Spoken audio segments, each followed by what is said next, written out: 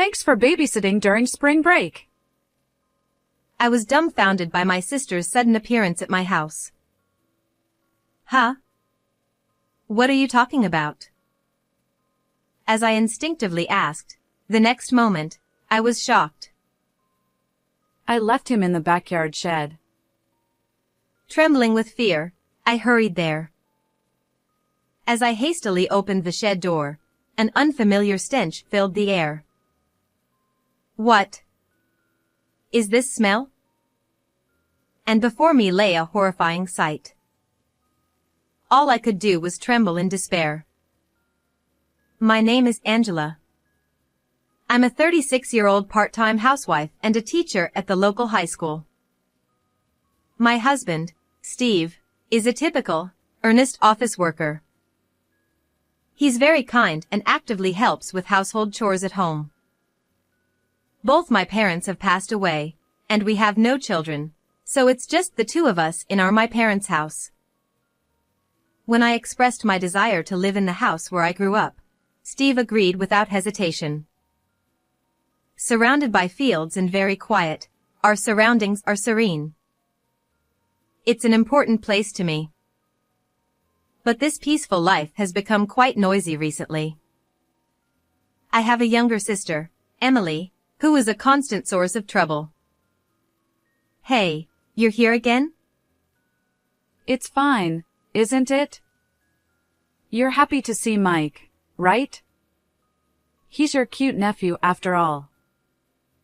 My sister is a housewife, and she, along with her husband Brian and their 8-year-old son Mike, lives nearby. And ever since her husband started working away from home due to a transfer 6 months ago, she's been constantly dropping by our place. She claims she feels more at ease at our parents' house, but that's a blatant lie. She dumps the care of her son on me and quickly goes off to have fun herself. Mike takes after his father Brian, being serious and smart, far beyond his 8 years. He already has a cell phone and handles it adeptly, which is quite impressive. That's amazing. Did Mom buy that for you? Dad got it for me without telling Mom. As my nephew opened the zipper of his small bag to put away his cell phone inside, there were apples and bananas. It turns out he prepared them himself so as not to inconvenience me, not because Emily asked him to. I couldn't help but admire his intelligence, but at the same time, seeing my nephew apologize every time he's brought over by Emily fills me with indescribable emotions. Yet, when it comes to Emily, take care of him again today. She says so without a hint of remorse, leaving Mike behind and heading somewhere. Hey! Cut it out already. Aren't you his mother? Don't you feel sorry for Mike? Because it happened so often, I scolded Emily firmly, but her attitude only escalated. When there was a school holiday, "You're off work, right?" and she would leave Mike without waiting for my response. Even when I said I couldn't because of my club activities at school, she wouldn't listen. "Then I'll ask your husband. It's fine." In the end, she even said that. Steve's tired from work too, you know? "Then you take care of him, big sis." Steve, being my sister's brother-in-law, couldn't assert himself against Emily. Moreover, he loves children, and perhaps he feels sorry for Mike. He happily took care of my nephew when I was at work. But the kinder Steve was, the more guilty I felt towards him. I'm going home. I'll be fine by myself. Perhaps sensing the atmosphere, my nephew said so, but I couldn't leave an 8-year-old alone. Sorry, Auntie. Why are you apologizing? I'm happy to have you here, Mike. Mom doesn't like me. That's not true. Even though I denied it, my nephew remained with a gloomy expression. Seeing that face, my heart ached, but at the same time, I felt irritated towards my sister for making her child say such things. However, Emily pays no mind to me or Mike's feelings. Leaving her son at our house and not returning until late at night became the norm. Despite my growing anger, I was swept into my sister's pace, unable to scold her, and spent my days feeling frustrated. Then, after some time passed, it was the day before the start of spring break. I received a call from my sister. Hey sis, school's out tomorrow, right? Can you take care of Mike for about a week? Here we go again, I sighed. But what on earth could be happening that would require a mother to leave her child for a whole week? No, I can't. I've told you before, even during breaks, teachers still have to work. Besides, a whole week? Are you planning to be hospitalized or something? I asked out of concern. No way. I'm perfectly fine. There's just something I absolutely can't miss. My sister's voice over the phone was lively, unable to conceal her excitement. But even when I asked about the crucial matter, she laughed it off. I instantly knew it was some nonsense. Sorry. I've told you it's impossible. I won't be here for a week either, starting from tomorrow, due to a club activity training camp. I thought my sister would give up after hearing this, but she said, Then I'll ask your husband. Don't be ridiculous. Steve has a regular job, and he's actually going on a business trip for 2 weeks starting tomorrow. So, he can't take care of Mike. What? What's more important than a trip or a business trip?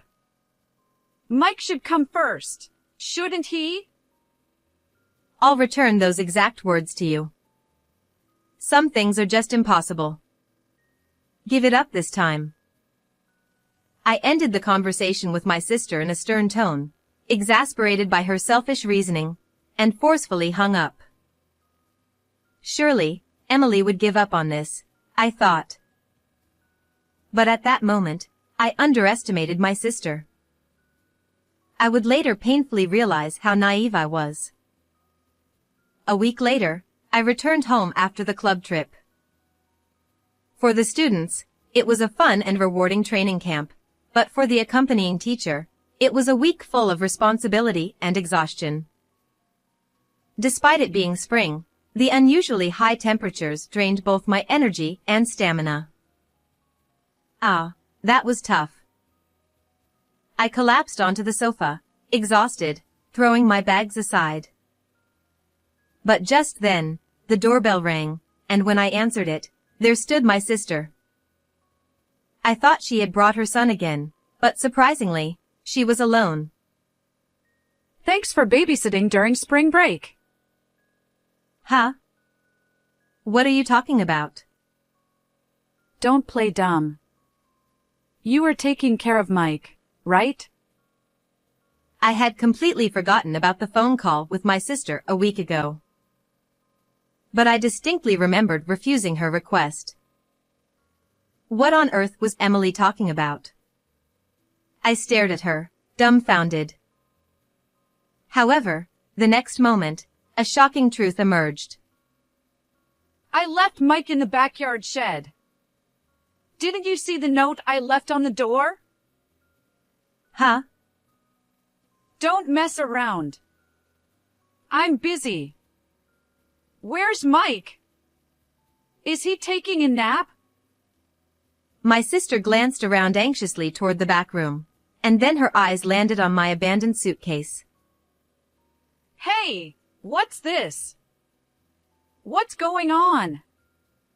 You didn't really go on that trip, did you? I did. It's work. What? What kind of selfish thing are you doing? Even though I asked you to take care of my son, going on a trip is unacceptable. Isn't Mike more important than work? As my sister yelled angrily, I felt deeply shaken. I hurriedly left the house and headed for the backyard. There stood an old warehouse-like shed that had been there since before I was born. During elementary school, I used to play treasure hunt with my friends inside. But all that was inside now were old junk. Since my parents passed away, I rarely went inside. As my sister had said, there was indeed a note on the shed door. "It's Mike here, so take care of him.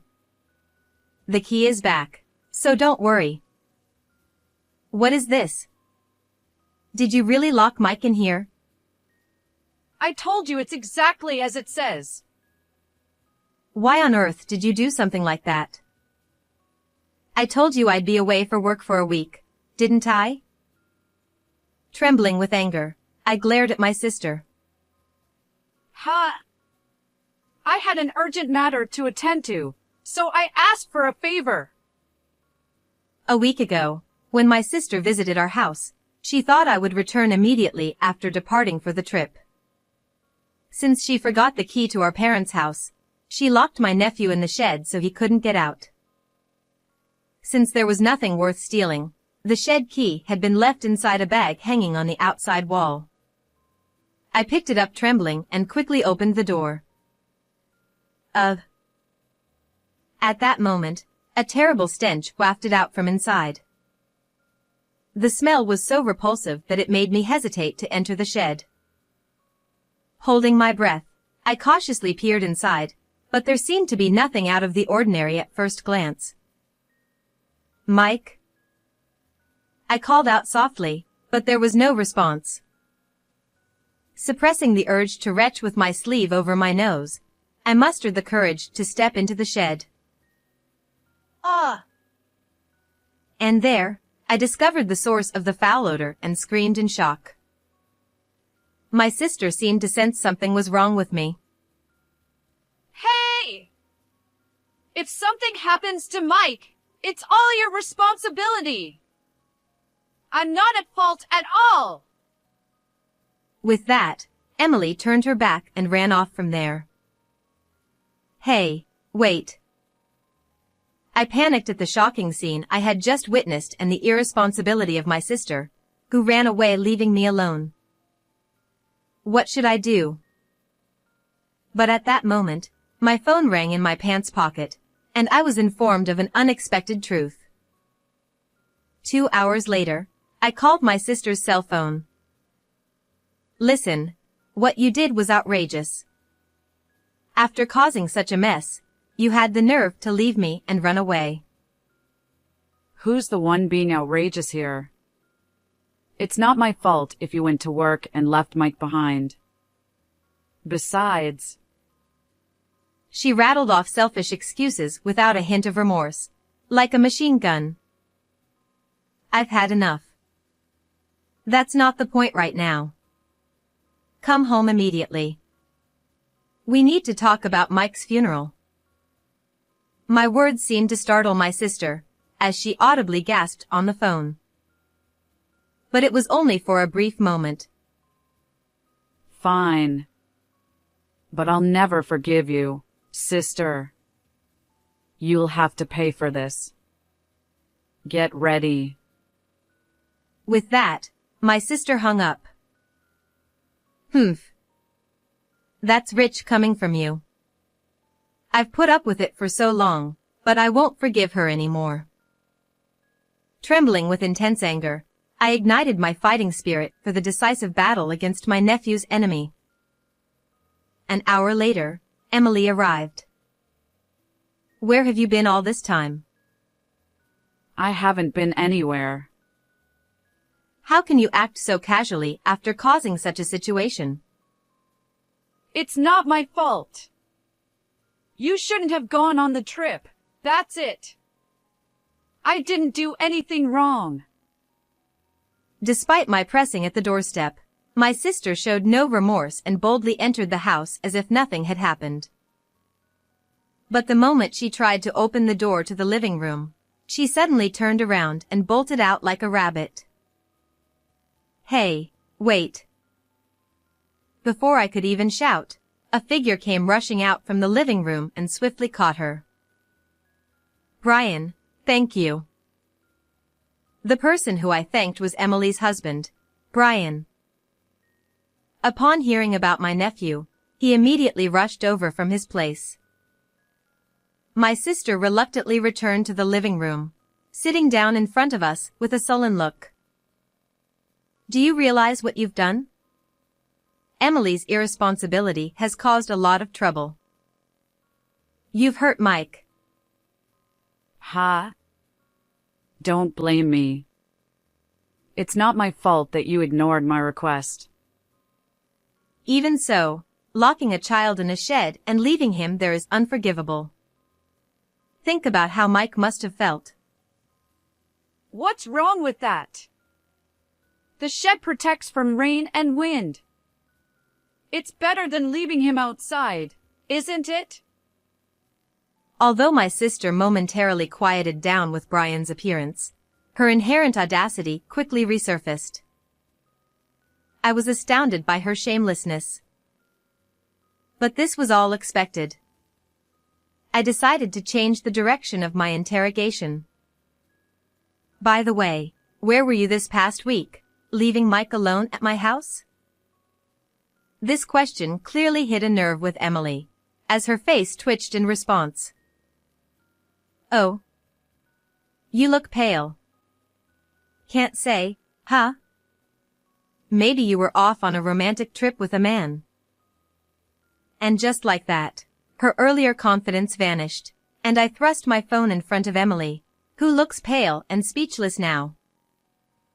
There, on the screen, were images of my sister and an unfamiliar young man walking arm in arm in her neighborhood. No, that's not it.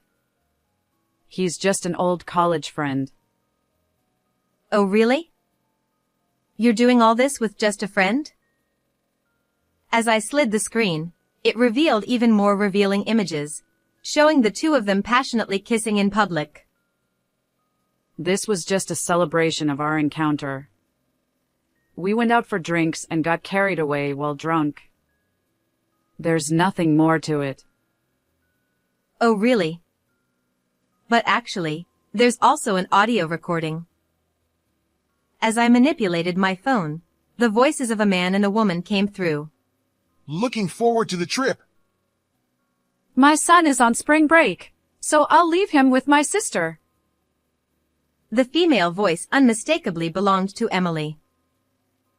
Now, there's no escaping. But you're quite something. Taking advantage of Brian's absence, to lock your son in the shed and go on a romantic trip. No, I don't know. That's not my voice. You're showing a poor attitude at this point. So why did you run away when you saw Brian earlier? Is it because you have something to hide? Confronted with the evidence presented and my intense questioning, my sister trembled uncontrollably. Yet still, she refused to admit anything. This is your conspiracy.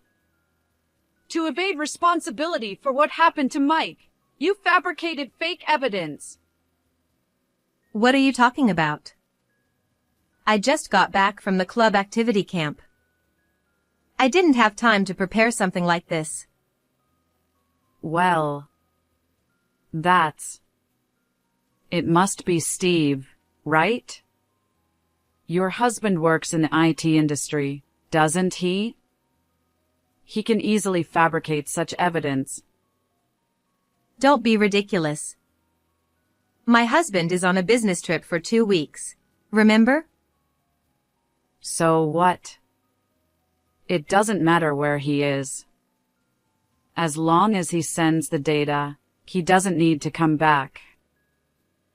I sighed in exasperation at my sister's stubbornness. Hey, Emily. Do you recognize whose phone this is? Whose? Yours, right?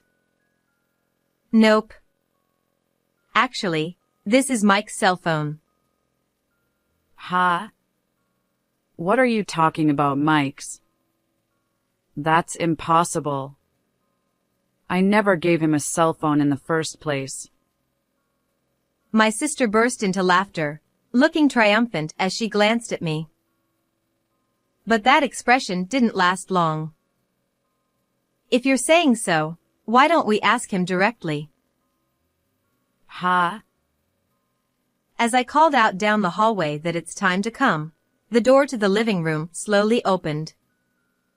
And there stood none other than my nephew, Mike. Mike? Why? You were supposed to be dead. No way. My sister was terribly shocked to see that her son was alive, almost as if she were seeing a ghost. You don't understand what happened, right? Let me explain so even Emily can understand. Mike was told by his mother that I would come to pick him up, and he was left behind in the shed. Filled with fear, his heart raced, and he tried to push or pull the door open, but nothing worked. Since my sister had locked it, it was only natural. So, he searched for another way out to the outside. What he found was a small window at a slightly higher position. Using an old chair nearby as a platform, he climbed up and easily opened the window, thankfully not rusted, with his own strength. He escaped through there and made his way 10 miles to his aunt's house. My aunt seemed extremely surprised by Mike's sudden arrival. After hearing the situation, she immediately tried to contact me, but Mike stopped her. Apparently, he had overheard the phone conversation between my sister and me and knew that I was going on the trip. So, he persuaded my aunt not to interfere with my work. And when Auntie heard the day I was coming back from the trip, she called me and brought him here. Why did you lie about the funeral then? It's cruel to deceive like that. Well, if I didn't say that, would you have come here? And if Mike had stayed in the shed, we might have actually been preparing for a funeral by now. Wait a minute. Then what was that smell about? You screamed so loudly at that time, didn't you? That was just me being surprised by finding a dead bird. The source of the foul smell that drifted out when the shed door opened turned out to be the decaying corpse of a bird. According to Brian, a bird had accidentally stumbled into the shed through the escape window, got injured somehow, and perhaps died from the impact. And due to the unseasonable rise in temperature, it had decomposed. Then, does that mean Mike took those photos and recorded the audio? My sister's face, upon learning that her son had been given a cell phone by his father, lost all color in shock. Mike, why would you do such a thing? What do you want to do to Mom? Perhaps feeling frightened by his mother's words, Mike quickly hid behind me. Seeing that, my sister became angry and threw the TV remote at him. What are you doing? Shut up! It's because of him betraying me! Next, she tried to throw the teacup on the table at Mike. Stop it. I grabbed my sister's arm and took it away. What are you doing? Let me go! Emily, do you know how Mike felt? Locked in a shed, neglected by his own mother. You only care about yourself even now. Shut up! You, who've never given birth to a child, don't understand anything. I don't want to hear that from someone like you, Emily. You're unfit to be a mother. As I scolded my sister fiercely, she resisted. It was Brian who stopped the escalating sisterly fight. He took out a divorce paper from the bag nearby and handed it to my sister. Huh? I don't understand what this divorce paper means. But Brian's face was deadly serious. It's no wonder. Neglecting your child and being lost in another man. Brian never dreamed his wife would cheat on him while living apart. To neglect her own child for the sake of being with her affair partner is unacceptable as a human being. How dare you live such a despicable life to this point? Now, reflect on it properly at the police station. Right after that, we heard sirens from afar. I reported to the police just before Emily arrived here. I told them everything about what you did to Mike. Huh? That's a lie, right? To regret what you did. Then, my sister seemed shocked, lowered her head, and started mumbling something. But it was only for a moment. I'm not at fault. It's all your fault. Damn it. Huh? The next moment, she flew into a rage, lifted a nearby armchair high, and tried to throw it at me. Whoa. However, Emily, thrown away forcefully by my brother-in-law, was slammed onto the floor with a pained expression. Seeing this, my nephew, who was behind me, approached my sister. Goodbye. He said with a cold expression I had never seen before. This is the end of living a selfish life. There's nothing left for you. No place to live, no one to rely on. Ha ha. My sister was restrained by her husband, her eyes lifeless as she looked bewildered. And I'm cutting ties with you today. You're no longer family or a sister. Never appear in front of any of us again. But, big sis, I don't want that. Don't abandon me. No, it's too late. But, I'm sorry. I'm sorry. My sister apologized while crying, but after all that has happened, there's no way I could forgive her. Reflect on it for the rest of your life. No! A few minutes later, the police arrived. Emily was taken away in the police car, escorted by us. Later, my sister was arrested for neglecting her child. She divorced her husband, paying him $30,000 in damages and $40,000 in child support, and the custody of the child was given to her husband, leaving her with nothing. Even after being released from prison, she would be left destitute.